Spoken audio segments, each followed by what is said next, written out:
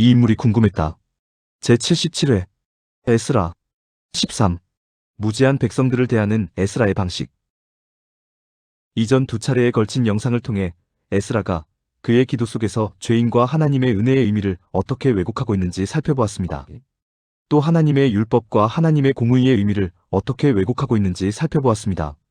에스라가 죄인과 은혜의 의미를 왜곡하고 율법과 공의의 의미를 왜곡하는 이유는 아주 간단했습니다. 하나님의 이름을 이용해서 1차로 돌아온 사람들의 세력을 어떻게든 약화하고 에스라 자신의 정치적, 종교적 권력의 기반을 탄탄하게 만들기 위함이었습니다. 즉 이스라엘을 정치적으로, 종교적으로 자신의 손아귀에 움켜쥐어서 좌지우지하기 위함이었습니다. 기도를 통해 자신이 하고자 하는 일의 이념적 토대를 마련한 에스라는 이제 자신의 계획을 본격적으로 실행에 옮기기 시작합니다. 그 내용이 에스라 10장 1절로 17절입니다. 그런데 이 내용은 꼭 한번 듣고 넘어가셔야 합니다. 그래서 제가 천천히 한번 읽어드리도록 하겠습니다. 조금 지겨우시더라도 영상을 끊지 마시고 잘 들어보시기를 부탁드립니다. 그렇게 오래 걸리지는 않습니다. 에스라가 하나님의 성전 앞에 엎드려 울며 기도하여 죄를 자복할 때에 많은 백성이 크게 통곡하매 이스라엘 중에서 백성의 남녀와 어린아이의 큰 무리가 그 앞에 모인지라.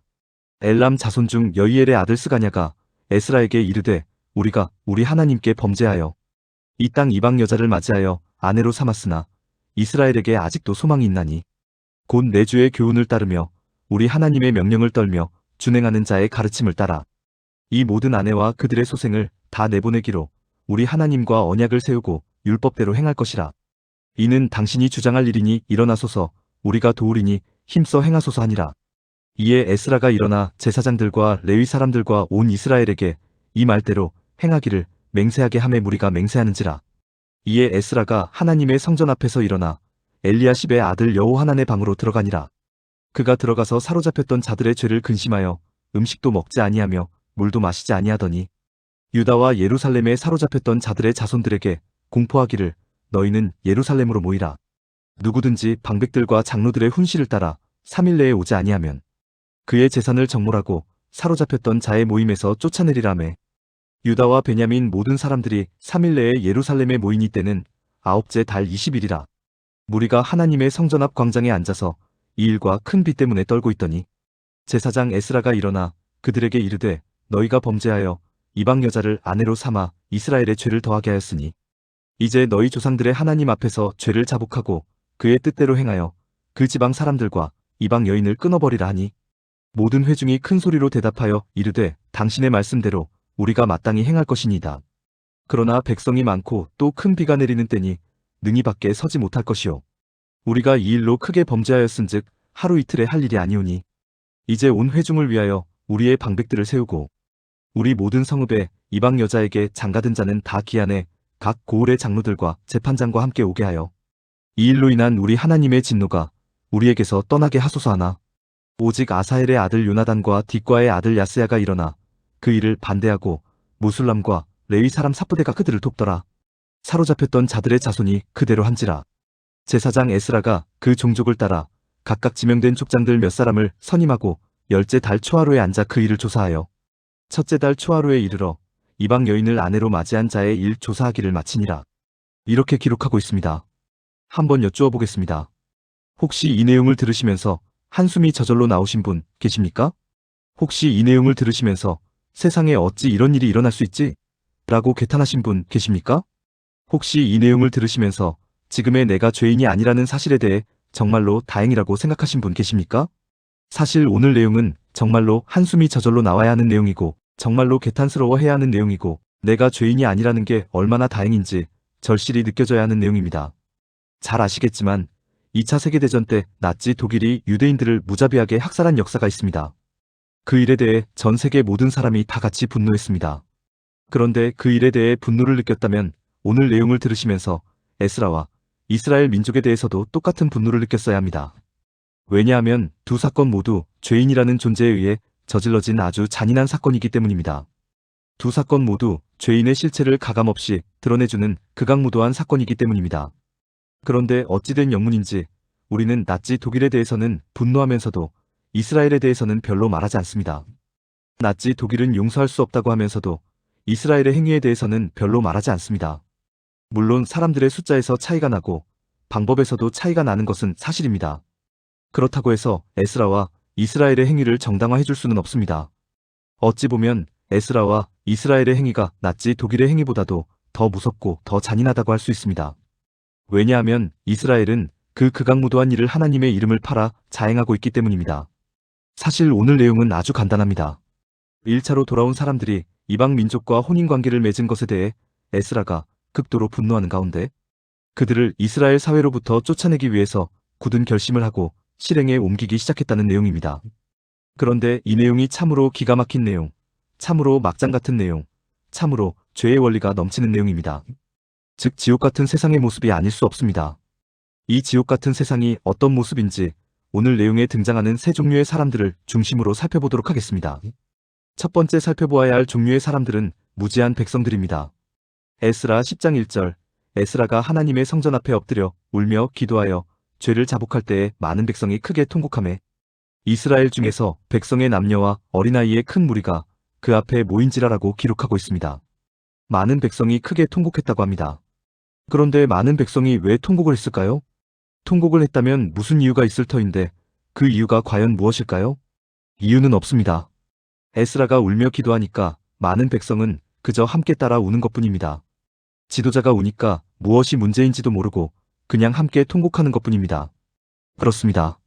지옥 같은 세상에는 아무 생각 없이 소위 지도자라는 사람의 행동에 따라 이리저리 옮겨다니는 무지한 백성들이 항상 있기 마련입니다.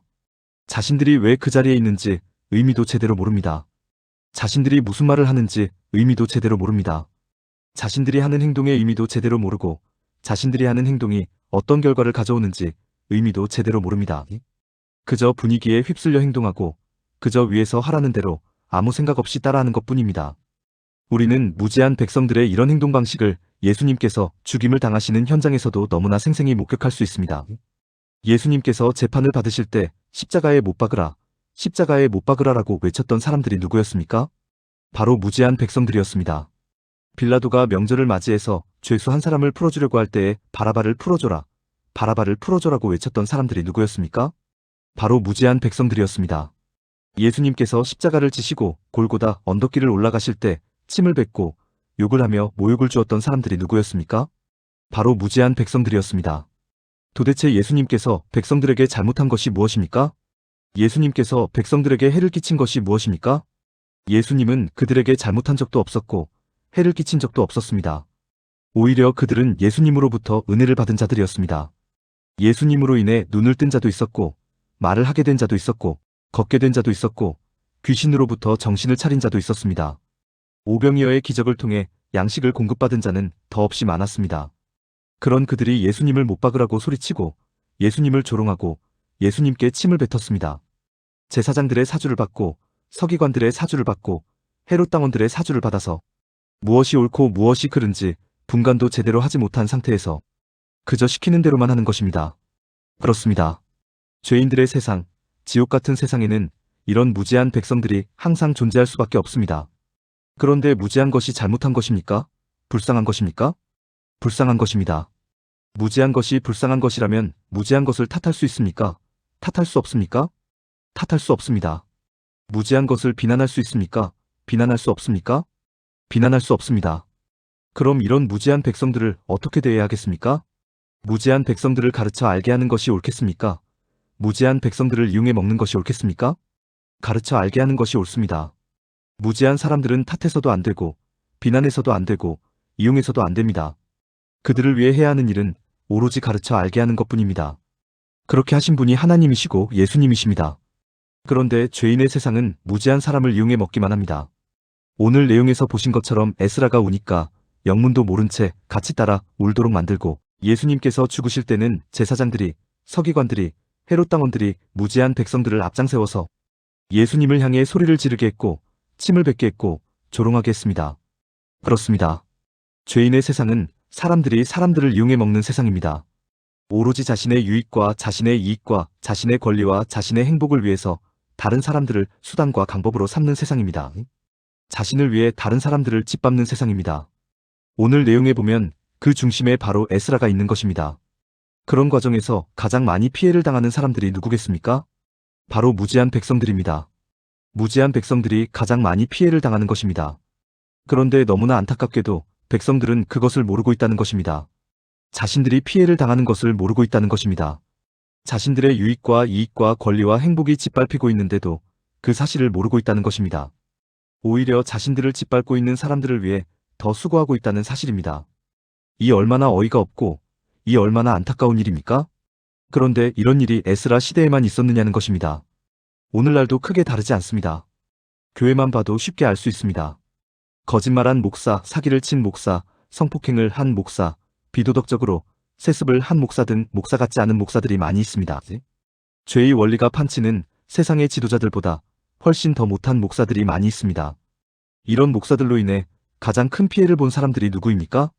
바로 성도입니다. 그 교회의 성도들이 가장 큰 피해를 당하는 것입니다. 그런데 성도들이 그런 목사들 곁을 떠나지 못하고 그런 목사들을 오히려 지켜주고 있다는 것이 아이러니가 아닐 수 없습니다. 영상을 맺겠습니다. 하나님은 무지한 사람들을 가르치기 위해 정말로 많은 수고를 하셨고 정말로 많은 애를 쓰셨습니다. 예수님은 무지한 사람들을 무지로부터 꺼내주시기 위해 죽기까지 하셨습니다.